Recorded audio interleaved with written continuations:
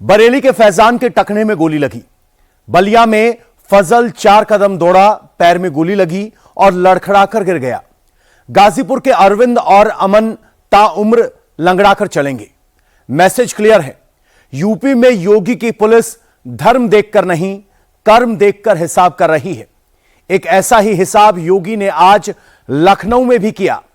फौजी अफसर के घर को कब्जाने वाले बलवंत और मनोज यादव को पाताल से ढूंढकर सलाखों के पीछे पहुंचा दिया। योगी ने 2025 में पिछले सारे रिकॉर्ड्स तोड़ दिए, अपराधियों का चुन चुनकर हिसाब किया और यही गिनती 26 में बाबा ने शुरू कर दी है। पहला नंबर किसका आया, दूसरा नंबर किसका आया, इस रिपोर्ट से समझते हैं। मर्डर करोगे तो सीधा जहन्नुम जाओगे।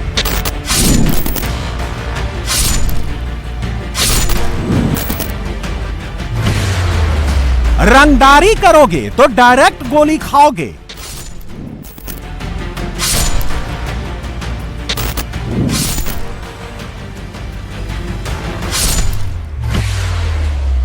गोकशी करोगे तो कभी चल नहीं पाओगे।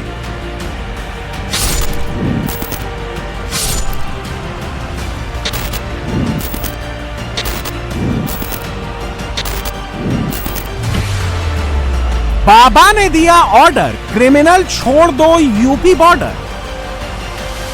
योगी के नए ऑर्डर के बाद यूपी पुलिस के एक्शन की सबसे लेटेस्ट सैंपल बरेली से आया है। बरेली की इज्जत नगर पुलिस की टीम मुड़िया अहमदनगर से सैदपुर चुन्नीलाल की तरफ पेट्रोलिंग पर थी। अल सुबह का वक्त था, तभी सामने से स्कूटी पर 2 संदिग्ध आते दिखे। पुलिस को देखते ही बदमाश सहारा ग्राउंड की तरफ मुड़कर भागने लगे। पीछा करने पर बदमाशों की स्कूटी फिसल गई। खुद को घिरता देख बदमाश फैजान ने तमंचा निकालकर फायर झोंक दिया, जिससे गोली हेड कांस्टेबल धनीश सक्सेना को लगी। जवाबी कार्रवाई में एक बदमाश को गोली लग गई और वो वहीं पर गिर पड़ा, जिसे बाद में पुलिस ने पकड़ लिया, जबकि इस एनकाउंटर में दूसरा साथी फरार हो गया।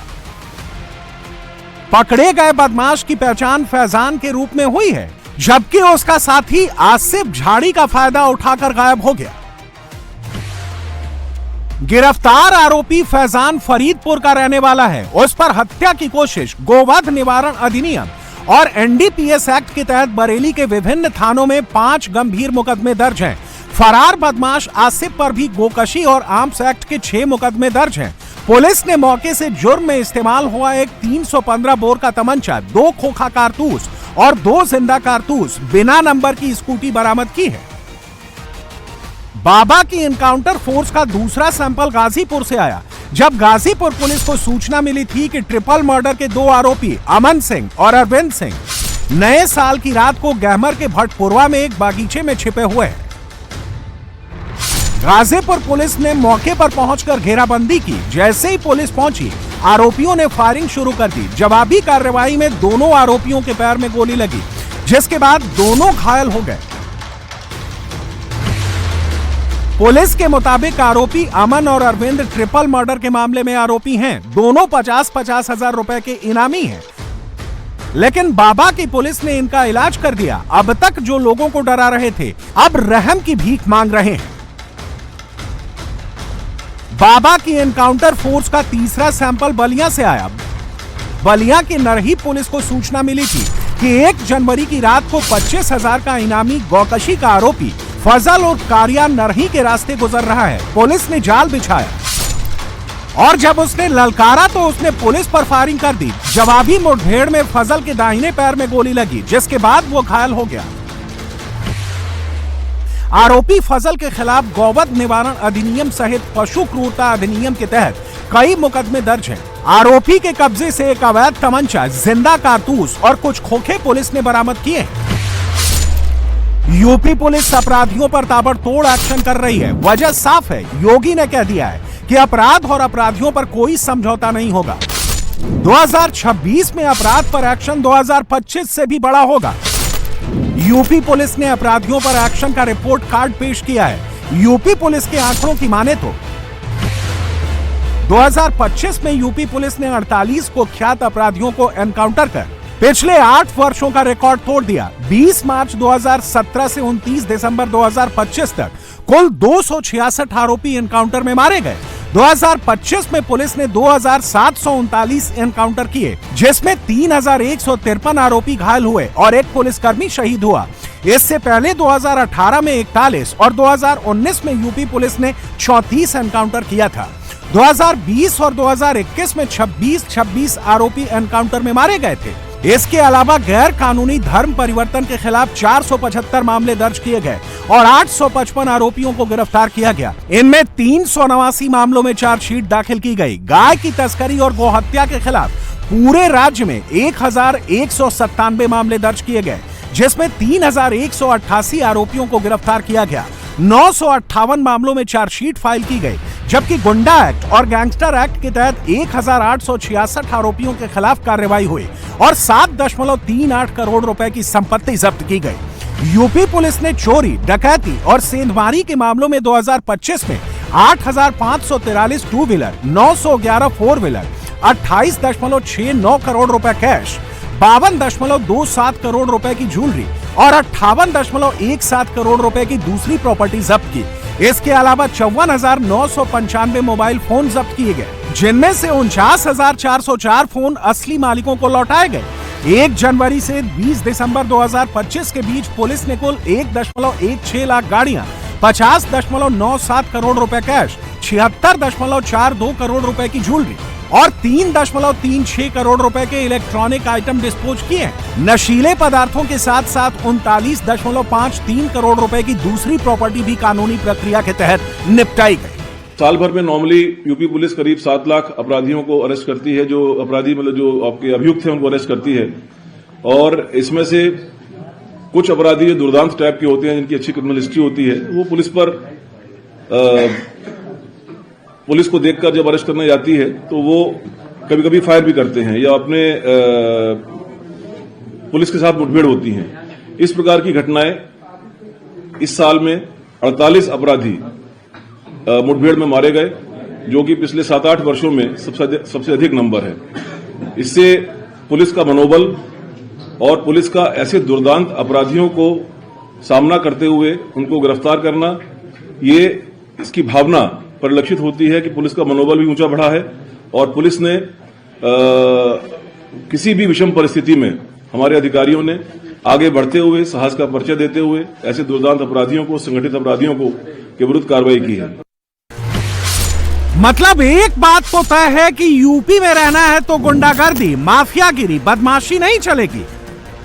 यूपी में रहना है तो कायदे से रहना होगा, नियम से रहना होगा। एक तरफ यूपी में अपराधियों पर पुलिस टूट पड़ी है तो दूसरी तरफ अवैध कब्जे को लेकर भी योगी बहुत सख्त हैं। वो चाहे रोहिंग्या बांग्लादेशी हो या फिर कोई भी अवैध कब्जा, बाबा ने फुल छूट दे रखी है। जो भी अवैध है उस पर एक्शन तुरंत हो। ये है लखनऊ का डॉलीगंज इलाका। आज यहां पर बुलडोजर गरजे। शहर के डॉलीगंज से रैदास मंदिर तक के पास रेल पटरियों के किनारे 385 झुग्गी झोपड़ियां हैं। ये सारी झुग्गी झोपड़ियां रेलवे की जमीन पर बनी थी, जहां बुलडोजर पहुंचे और अवैध अतिक्रमण को हटाया गया। बताया जा रहा है कि डॉलीगंज से रैदास मंदिर तक करीब 1500 स्क्वायर मीटर जमीन खाली कराया गया, जो रेलवे की जमीन पर बनी थी। रेलवे ने अवैध झोपड़ियों को हटाने का नोटिस भी दिया था, लेकिन बावजूद इसके लोग नहीं हटे, जिस पर आज बुलडोजर चल गया। बुलडोजर एक्शन हुआ, आप लोग को पहले कोई छोड़ दिया गया? हाँ, नोटिस मिली थी मैम। अच्छा, तब भी खाली नहीं किया? नहीं किया गया था मैम, कोई रहने की जगह नहीं तो कहाँ चले जाए। ये रेलवे वाले कह रहे हैं उनकी जमीन है? जी, ये उन्हीं की जमीन है। जी। तो आप रेलवे की जमीन पे ये सारे घर बने हुए जी। हैं। तो कितने साल से रह रहे थे? 2-3 साल हो गए। नहीं, ज्यादा रह गए, 5-6 साल हो गए। अच्छा, तो ये तो सरकारी जमीन है, इस पे घर कैसे बना लिया आप लोगों ने? अरे सोचा था कि रहेंगे तो अपने मजदूर रोज काम करने जाते कोठी में, तो वही। रेलवे के जो अधिकारियों से हमारी बात हुई, उनका कहना है कि पूरी जो जमीन है करीब 1500 स्क्वायर मीटर है, ये खाली कराई जाएगी, क्योंकि ये जितने भी घर यहाँ दिखाई दे रहे हैं रेलवे लाइन का किनारा है वो गलत तरीके से, अवैध तरीके से कब्जा करके बनाए गए हैं। तो अब ये जमीन खाली कराई जा रही है। और यूपी में 2017 में जब से योगी आदित्यनाथ सरकार बनी है, तो जो सरकारी जमीन पर अवैध कब्जे हैं उसमें से अतिक्रमण हटाया जा रहा है। करीब 4000 करोड़ रुपए की जमीन खाली कराई जा चुकी है। हालांकि ये जमीन प्रदेश सरकार की नहीं है, रेलवे की है। और उनका कहना है कि यहाँ पे कुछ बाहर के लोग भी आके बस गए हैं। डॉलीगंज में अवैध कब्जे पर जहां बुलडोजर चला, वो रेलवे की जमीन पर बना था। इस एक्शन के बाद इलाके के लोगों में गुस्सा है। उनका कहना है कि 30 से 40 साल से यहाँ रह रहे थे, अब ठंड में बुलडोजर चल गया है, अब ऐसे में कहाँ जाए। सब लोग सीतापुर के हैं। हम सीतापुर के आने भैया, टूट गई भैया झोपड़ी और का भैया नुकसान हो गया है सब भैया। हमारे हिसाब से न तो ना सही कर जगह उनकी है भैया, हमार तो है ना, उनके लिए तो सही, हमारे लिए तो ना सही है ना। हम भैया जगह ले ले भाई। हमें 5-6 साल भैया हो गए रह रहे हैं। नहीं नोटिस भैया कोई नहीं मिली, नोटिस ही तोड़े बद लगाए गए हैं। तब मालिन भाई सामान सट्टा कही रहा, तो हम लोग सुबह से ने पहले हटा लेना है। कुछ लोगों का तो यहाँ तक कहना है कि एक्शन से कोई आपत्ति नहीं, लेकिन जो भी एक्शन हो कागज देख कर हो, किसी के साथ ज्यादती ना हो। 12-13 आदमियों के सबके बताया जाएगी। ये हैं, ये भाई साहब हैं, ये हैं और 2-4 बच्चे। हम ही ये 10-15 मकान समझे, हम ही 15 लोगों के हैं। अगर आप नाजायज नहीं है फीता, आप एक दिन फीता रख दीजिए। ये मेरी रेलवे की संपत्ति है, मेरे पास भी कागज आप भी देख लीजिए कि मेरी नगर निगम की संपत्ति है। इस बात का आप वहाँ लाइन के उसके अगेंस्ट कभी भी आपको एक ईटा मिले उसको। एक बात तो तय है कि यूपी में चाहे अवैध कब्जा कहीं भी रेलवे की जमीन पर हो या फिर नगर निगम की जमीन पर, बुलडोजर चलना तय और कब्जा करने वालों का बचना मुश्किल है। क्योंकि योगी आदित्यनाथ ने साफ साफ संकेत दे दिया है कि भू माफिया चाहे कोई भी हो, छोटा हो बड़ा हो, उसको अवैध कब्जा छोड़ना ही होगा। योगी जो कहते हैं वो करते भी हैं, जिसका सबसे बड़ा एग्जाम्पल अंजना भट्ट है। अंजना भट्ट की लखनऊ के इंदिरा नगर इलाके में कोठी है। इनके पिता सेना के एक्स ऑफिसर थे। सेना के पूर्व अधिकारी और उनकी वाइफ की डेथ हो चुकी है। एक बेटे और बेटी की भी मौत हो चुकी है। उनकी सिर्फ एक बेटी अंजना भट्ट जिंदा बची हैं, जो मानसिक रूप से बीमार हैं। कुछ दिनों पहले अंजना भट्ट को इलाज के लिए निर्माण रिहैब सेंटर में भर्ती कराया गया था। इसी दौरान कोठी खाली देखकर चंदौली के 2 दबंगों बलवंत यादव और मनोज कुमार यादव ने अंजना भट्ट की कोठी पर कब्जा जमा लिया।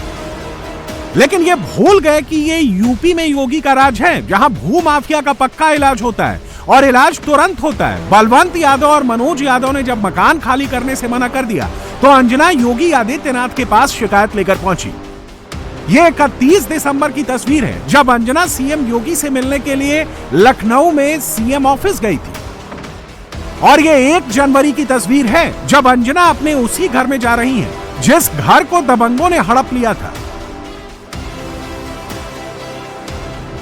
24 घंटे में योगी ने अंजना की फरियाद पर अपना फैसला सुना दिया। 24 घंटे के अंदर अंदर अंजना की गुहार पर एक्शन ले लिया गया।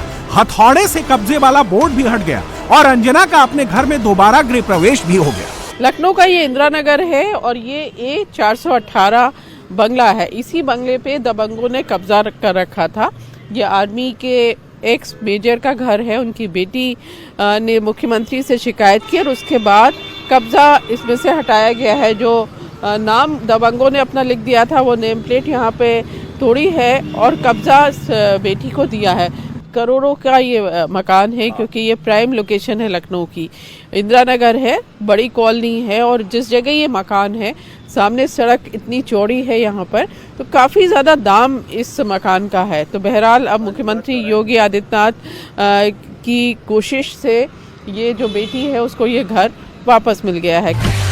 योगी आदित्यनाथ के आदेश के बाद तुरंत एक्शन हुआ। अधिकारी 24 घंटे के भीतर ही अंजना की कोठी पर पहुंच गए। फिर हथौड़े से कब्जे का निशान हटाया गया। जब बाबा का एक्शन बलवंत यादव के रसूख पर चल रहा था, तो हथौड़े की एक बच्चे हैं, बहुत महान है। उन्होंने मेरी दुख में सहायता की है। भगवान उनका भला करे। God bless him, he is a very good person.